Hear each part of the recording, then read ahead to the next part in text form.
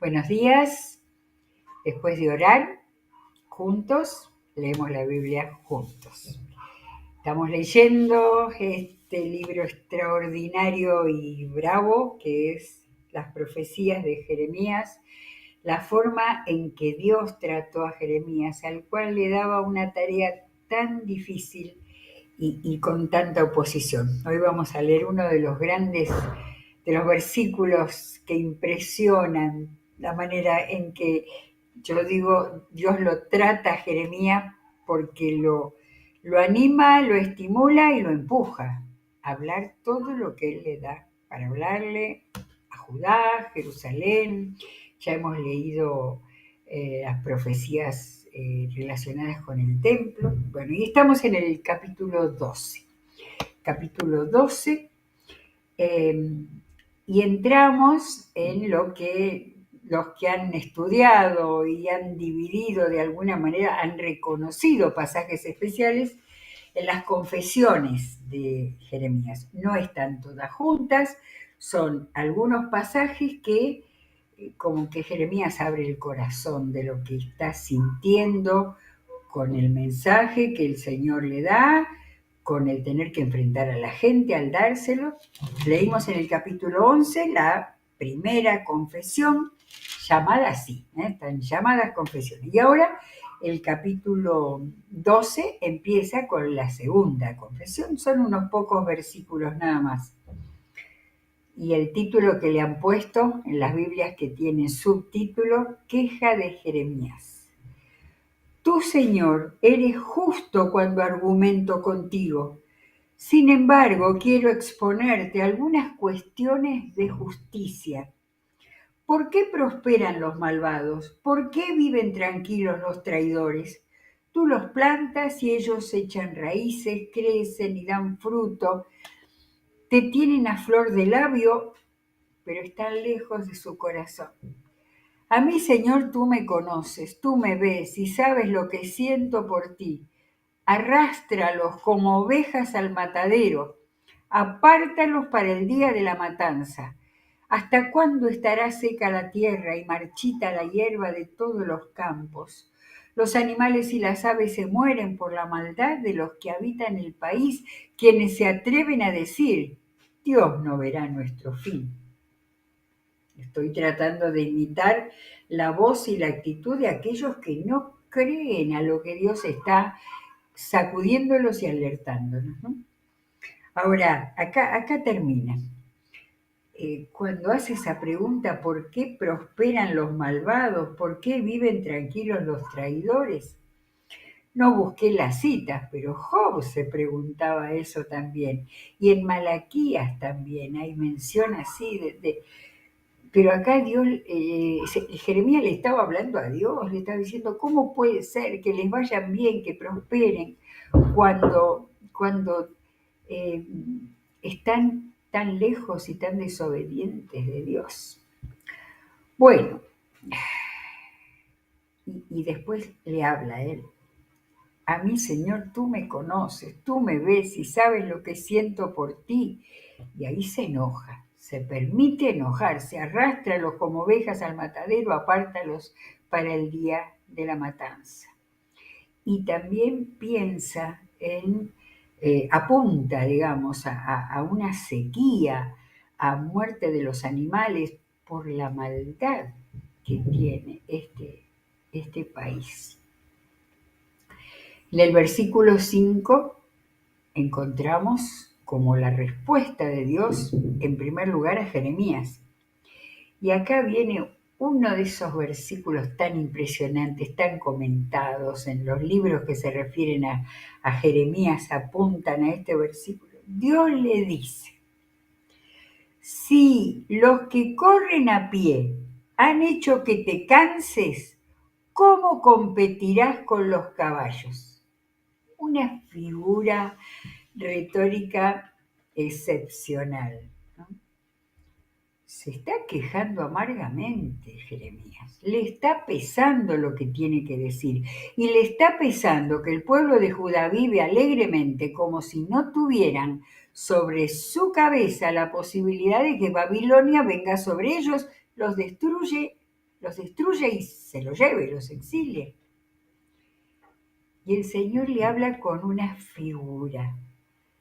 ¿Te estás cansando corriendo a pie con los que corren a pie? ¿Y cómo vas a competir con los caballos? El que hace una lectura, no, y después sale de la figura y le dice, si te sientes confiado en una tierra tranquila, ¿qué harás en la espesura del Jordán? Pero acá le manda otra figura. Le habla de estar confiado cuando todo está más o menos tranquilo, ¿cómo hará? Pero esa figura, ¿cómo competirás con los caballos? ¿Qué vas a hacer cuando las cosas se pongan realmente difíciles? Y después la otra figura, ¿qué harás en la espesura del Jordán? Tengo las citas y no sé si las tengo aquí, a ver, no, pero las tengo marcadas.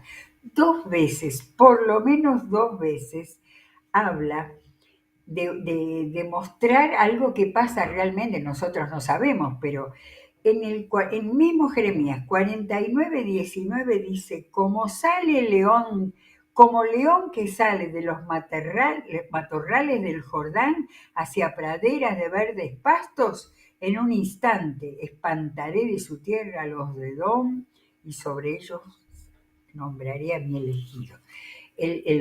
Ya lo vamos a leer, Isaías 49, pero está hablando de un hecho que nosotros no sabemos, leones en la tierra de Judá. Y al parecer había matorrales espesos junto al Jordán y había leones. Y acá el Señor hace la comparación. Y después en el 50:44, cuando apunta más directamente, dice del 41, del norte viene un ejército desde los confines de la tierra, se preparan una gran nación y muchos reyes, vienen armados con arcos y lanzas. Capítulo 50, estamos cerca del final ya. Y más adelante dice, como león que sale de los matorrales del Jordán hacia praderas de verdes pastos, en un instante espantaré de su tierra a los de Babilonia, y ya está profetizando más allá. Pero el tema era el mencionar hay leones o había leones en los matorrales, y eso le permitía al Señor decirle a Jeremías que venían cosas más terribles. Primero era competirás con los caballos y ahora enfrentarás a los leones. Aún tus hermanos, los de tu propia familia, te han traicionado y gritan contra ti. Por más que te digan cosas agradables, no confíes en ellos. Había hablado de la tierra de Anatot y de ahí el Señor está retomando a hablarle que los de tu familia. Cuando se dice en hebreo familia es tu casa, es mucho más allá, ¿no? Tu gente, tu pueblo. Y acá el Señor en el 7, estamos en el capítulo 12, en el 7 ya empieza a hablar acerca del pueblo. He abandonado mi casa, he rechazado mi herencia, he entregado a mi pueblo amado en poder de mis enemigos. Mis herederos se han comportado conmigo como leones en la selva. Al Señor le ha gustado mucho el recordar que en su tierra hay leones y que va a venir, los que van a venir de Babilonia van a ser peor que leones. Lanzan rugidos contra mí, por eso los aborrezco. Mi heredad es para mí como un ave de muchos colores, acosada por las aves de rapiña. Vayan y reúnan a todos los animales salvajes, tráiganlos para que la devoren a mi heredad. Animales, acá la figura de animales está usando el Señor. Muchos pastores han destruido mi viña. Es esa analogía que el Señor ha usado. Los profetas han tomado el Señor hablando de la viña, Isaías sobre todo. Muchos pastores, pero acá habla de los pastores. sacerdotes, maestros de la ley, rabinos. Han destruido mi viña, han pisoteado mi terreno, han hecho de mi hermosa parcela un desierto desolado, la han dejado en ruinas, seca y desolada ante mis ojos. Todo el país ha sido arrasado porque a nadie le importa. Sobre todas las lomas del desierto vinieron depredadores. La espada del Señor destruirá al país de un extremo a otro y para nadie habrá paz. Sembraron trigo y cosecharon espinos. De nada les valió su esfuerzo. Por causa del Señor, de la ardiente ira del Señor, se avergonzarán de sus cosechas. Todo mal. Y retoma la palabra del profeta. Así dice el Señor. En cuanto a todos los vecinos malvados que tocaron la heredad que le di a mi pueblo Israel, los arrancaré de sus tierras y a la tribu de Judá también. La quitaré de en medio de ellos. Y acá viene una palabra de esperanza. Después que los haya desarraigado, volveré a tener compasión de ellos y los haré regresar cada uno a su heredad y a su propio país. Una promesa chiquitita y que sigue ahora, pero tengo referencias acá.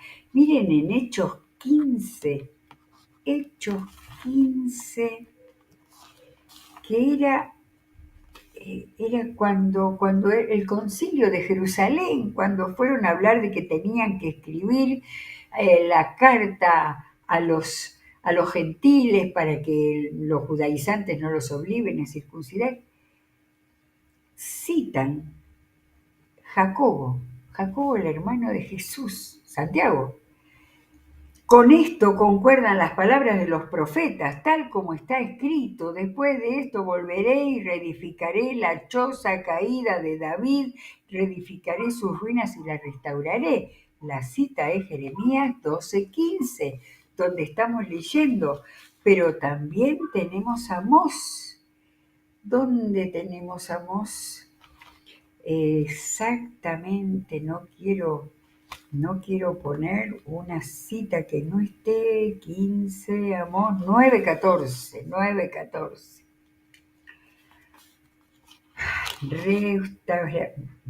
9:11. En aquel día, tal cual, levantaré la choza caída de David, repararé sus grietas, restauraré sus ruinas y la reconstruiré tal como era en días pasados. O sea que primero tomamos las palabras que recibió Jeremías y después en el Nuevo Testamento, cuando están viendo la iglesia nueva, cómo hacían con los gentiles, les habla de restauración. La maravillosa unidad que tiene la palabra, que todo tiene que ver con todo y se conoce la palabra del antiguo en el nuevo y en el antiguo se profetiza lo que iba a pasar. Después de la promesa estamos leyendo capítulo 12 termina así: después que los haya desarraigado, volveré a tener compasión de ellos y los haré regresar cada uno a su heredad y a su propio país. Y si aprenden bien los caminos de mi pueblo, y si así como enseñaron a mi pueblo a jurar por Baal, aprenden a jurar por mi nombre, dice el Señor, y dicen por el juramento que Dios quería, entonces serán establecidos en medio de mi pueblo. Pero a la nación que no obedezca, la desarraigaré por completo y la destruiré, afirma el Señor. Capítulo 13 cambia, hay algo diferente. Así me dijo el Señor, empieza a hablar Jeremías. Me dijo el Señor: ve y cómprate un cinturón de lino y póntelo en la cintura, pero no lo metas en agua. Oh, ¿han cambiado las cosas? No, yo quería mostrar algo con una figura que fuera contundente. Y no la metas en agua. para que esté nuevito, nuevito el cuero, ¿no? Eso digo yo. Conforme a las instrucciones del Señor, compré el cinturón y me lo puse en la cintura. Entonces el Señor me dijo por segunda vez, toma el cinturón que has comprado y que tienes puesto en la cintura y ve a Perat. Se lo tenía que sacar. Escóndelo allí en la grieta de una roca. En la grieta de una roca. Lugar húmedo, ¿no? Fui entonces y lo escondí en Perat, tal como el Señor me lo había ordenado. Al cabo de muchos días el Señor me dijo, ve a Perat y busca el cinturón que te mandé a esconder allí. Fui a Perat, cavé y saqué el cinturón del lugar donde lo había escondido, pero ya estaba podrido y no servía para nada. Entonces el Señor volvió a decirme, así dice el Señor. Cuando él decía la frase era para que fuera Jeremías y lo dijera, ¿no? De esta misma manera destruiré el orgullo de Judá y el gran orgullo de Jerusalén. Este pueblo malvado que se niega a obedecerme, que sigue la terquedad de su corazón y va tras otros dioses para servirlos y adorarlos, será como este cinturón, que no sirve para nada. Y fíjense cómo habla del propósito de Dios. Porque así como el cinturón se ajusta a la cintura del hombre, así procuré que todo el pueblo de Israel y toda la tribu de Judá se ajustaran a mí, afirma el Señor, para que fueran mi pueblo y mi renombre, mi honor y mi gloria. ¿Cuál era el propósito del Señor? Que fueran mi pueblo y mi renombre, mi honor y mi gloria. Pero el Señor termina tristemente diciendo, pero no obedecieron. Versículo 12, diles también lo siguiente, así dice el Señor, el Dios de Israel, todo cántaro se llenará de vino. Y si ellos te dicen, ¿acaso no sabemos bien que todo cántaro se debe llenar de vino? Entonces les responderás que así dice el Señor. Voy a llenar de vino a todos los habitantes de este país, a los reyes que se sienten en el trono de David, a los sacerdotes y a todos los habitantes de Jerusalén. ¿Escucharon? Voy a llenar de vino. Haré que se despedacen unos a otros, padres e hijos por igual. No les tendré piedad ni lástima, sino que los destruiré sin compasión, lo afirma el Señor. La idea de destrucción es para que la unamos con la idea de cántaros que se rompen, vino desparramado. Toda la Biblia habla muy bien del vino nuevo y Jesús habló del vino nuevo, pero este era un vino y cántaros despreciables porque no obedecieron. Versículo 15. A ver, esto, el profeta está hablando acá. Escúchenme, prestenme atención, no sean soberbios, que el Señor mismo lo ha dicho. Glorifiquen al Señor su Dios antes de que venga la oscuridad y ustedes tropiecen contra los montes sombríos. Ustedes esperan la luz, pero Él la cambiará en densas tinieblas, la convertirá en profunda oscuridad. Pero si ustedes no obedecen, lloraré en secreto por causa de su orgullo. Mis ojos llorarán amargamente y se desharán en lágrimas, porque el rebaño del Señor será llevado al cautiverio. Ya lo está vislumbrando Jeremías. Lo llaman el profeta llorón. Y acá tenemos el cuadro. Lloraré en secreto por causa de su orgullo.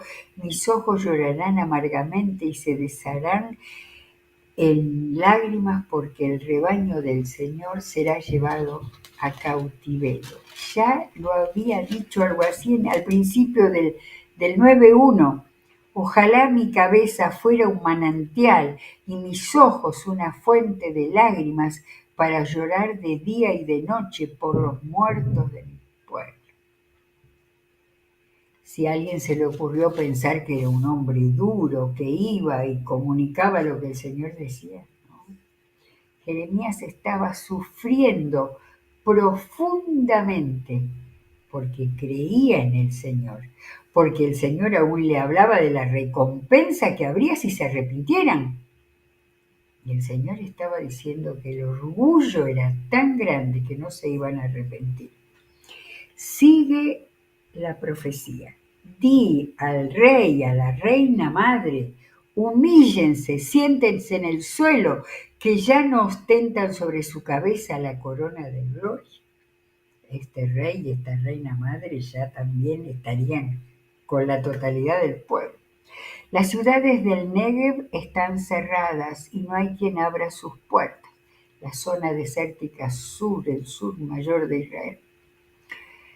Todo Judá se ha ido al destierro, exiliado en su totalidad. Alcen los ojos y miren a los que vienen del norte, como que esto ya era inminente. ¿Dónde está el rebaño que te he confiado, el rebaño que era tu orgullo? ¿Qué dirás cuando el Señor te imponga como jefes a los que tú mismo enseñaste a ser tus aliados predilectos? Y esto es una ironía, tomando el pelo, ¿dónde están esos? Y miren, ¿no tendrás dolores como de mujer de parto?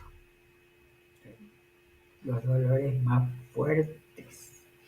Y si preguntas, ¿por qué me pasa esto? Por tus muchos pecados te han arrancado las faldas y te han violado. Pregunta irónica. ¿Puede el etíope cambiar de piel o el leopardo quitarse sus manchas? Pues tampoco ustedes pueden hacer el bien acostumbrados como están a hacer el mal. Los dispersaré como a la paja que arrastra el viento del desierto. Esto es lo que te ha tocado en suerte, la porción que he medido para ti y corona, afirma el Señor. Ya que me has olvidado y has confiado en la mentira, yo también te alzaré las faldas hasta cubrirte el rostro y descubrir tus vergüenzas. Sigue usando esas metáforas terribles. He visto tus adulterios, tus relinchos, tu vergonzosa prostitución y tus abominaciones en los campos y sobre las colinas. ¡Ay de ti, Jerusalén! ¿Hasta cuándo seguirás en tu impureza? Capítulo 14 viene a hablar de más problemáticas graves. Esta es la palabra del Señor que vino a Jeremías con motivo de la sequía. Judá está de luto y sus ciudades desfallecen. Hay lamentos en el país y sube el clamor de Jerusalén. Los nobles mandan por agua a sus siervos y estos van a las cisternas, pero no la encuentran. Avergonzados y confundidos, vuelven con sus cántaros vacíos agarrándose la cabeza. El suelo está agrietado porque no llueve en el país. Avergonzados están los campesinos, de nuevo, agarrándose la cabeza. Aún las ciervas en el campo abandonan a sus crías por falta de pastos. Parados sobre las lomas desiertas y con los ojos desfallecientes, los asnos salvajes jadean como chacales porque ya no tienen hierba.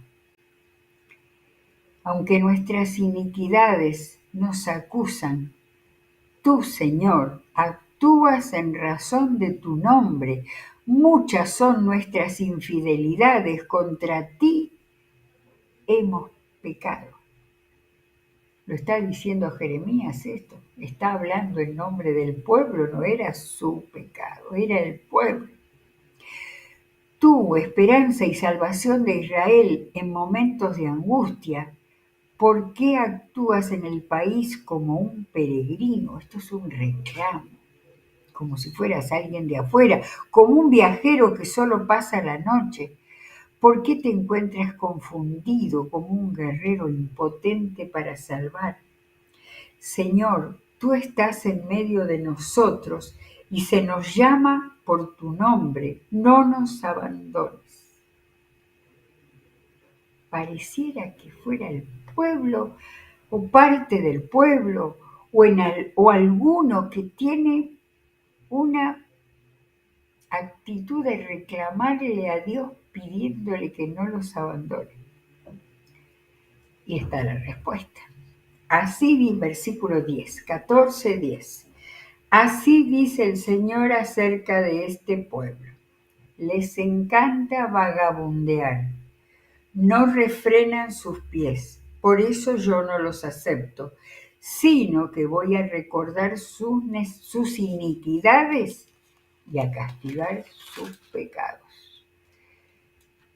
Entonces el Señor me dijo, y acá viene un pasaje en prosa, ya todo lo anterior venía en poesía, viene en prosa. Entonces el Señor me dijo, no ruegues por el bienestar de este pueblo. Aunque ayunen, no escucharé sus clamores. Aunque me ofrezcan holocaustos y ofrendas de cereal, no los aceptaré. En verdad, voy a exterminarlos con la espada, el hambre y la peste. Pero yo respondí, ay Señor mi Dios, los profetas les dicen que no se enfrentarán con la espada ni pasarán hambre, sino que tú les concederás una paz duradera en este lugar. Los profetas mentirosos. El Señor me contestó, miren, mentira es lo que están profetizando en mi nombre esos profetas. Yo no los he enviado, ni les he dado ninguna orden, y ni siquiera les he hablado. Lo que le están profetizando son visiones engañosas, adivinaciones vanas y delirios de su propia imaginación. Por eso, así dice el Señor. En cuanto a los profetas que profetizan en mi nombre sin que yo los haya enviado y que además dicen que no habrá espada ni hambre en el país, ellos mismos morirán de hambre y a filo de espada. Y el pueblo al que profetizan será arrojado a las calles de Jerusalén a causa del hambre y de la espada, y no habrá quien los entierre, ni a ellos, ni a sus esposas, ni a sus hijos, ni a sus hijas. También los echaré encima, también les echaré encima su propia maldad. Tú les dirás lo siguiente: que corran lágrimas de mis ojos día y noche sin cesar. Vuelve las lágrimas. Porque la virginal hija de mi pueblo ha sufrido una herida terrible. Y vuelve a mencionar lo de la herida. Un golpe muy duro. Si salgo al campo veo los cuerpos de los muertos a filo de espada. Si entro en la ciudad veo los estragos que el hambre ha producido. Tanto el profeta como el sacerdote ejercen en el país sin conocimiento. Y esto no se lo dice a Jeremías, se lo dice a los sacerdotes y profetas que están diciendo no va a pasar nada, Dios va a perdonar, paz, paz. Qué terrible cuando no se conoce la palabra de Dios. Cuando no se sabe, no se quiere saber que Dios es un Dios bueno y amoroso con su pueblo que le sigue, pero que Dios se enoja y habla de juicio. Y la Biblia termina hablando de un juicio final en que Jesucristo va a volver y va a juzgar como un juez justo. Tanto el profeta como el sacerdote ejercen en el país sin conocimiento. Y tenemos tanto en toda la palabra, en el Antiguo Testamento, en el Nuevo Testamento. Los misioneros, los maestros que han escrito el Nuevo Testamento, Pablo, Pedro, Juan, Jacobo, Judas, todos hablan de conocer al Señor, de conocimiento, de discernimiento, de obediencia, de obediencia. En este momento estamos tengo casi, es un poquito después de la mitad de la Biblia. Dios sigue pidiendo obediencia, sigue diciéndoles cuál es el camino. Esas palabras maravillosas que les había dicho en el capítulo 13, que el propósito de Dios para ese pueblo había sido que fueran su pueblo, su renombre, su honor y su gloria. Y la tristeza de Dios se resume en una frasecita: pero no me obedecieron. El Señor sigue buscando y esperando un pueblo fiel. Por eso vino en Jesucristo, para que pudiera haber salvación y redención, para que pudieran arrepentirse y llegar a la vida nueva por el sacrificio de Jesucristo, que resucitó, dando salvación y vida eterna a todos los que lo buscaran totalmente de corazón. Ya casi termina el capítulo 14, lo vamos a leer después porque aparece ahí una respuesta de Jeremías, y lo vamos a unir con el capítulo 15 que sigue a continuación, y donde va a aparecer una nueva confesión de Jeremías. Cuando la palabra es dura, sabemos que entre medio siempre hay una promesa de levantar, de perdonar, de que vuelvan al Señor con arrepentimiento. De manera que podemos leerlo sabiendo, como si casi escuchamos al Señor hablando, a Jeremías intercediendo, a Jeremías dando el mensaje.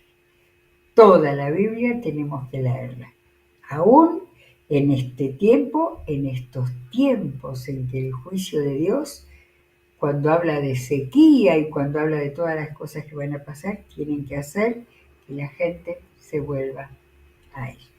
Terminamos acá, en el capítulo 14, 18, y mañana continuaremos. Que el Señor los bendiga ricamente.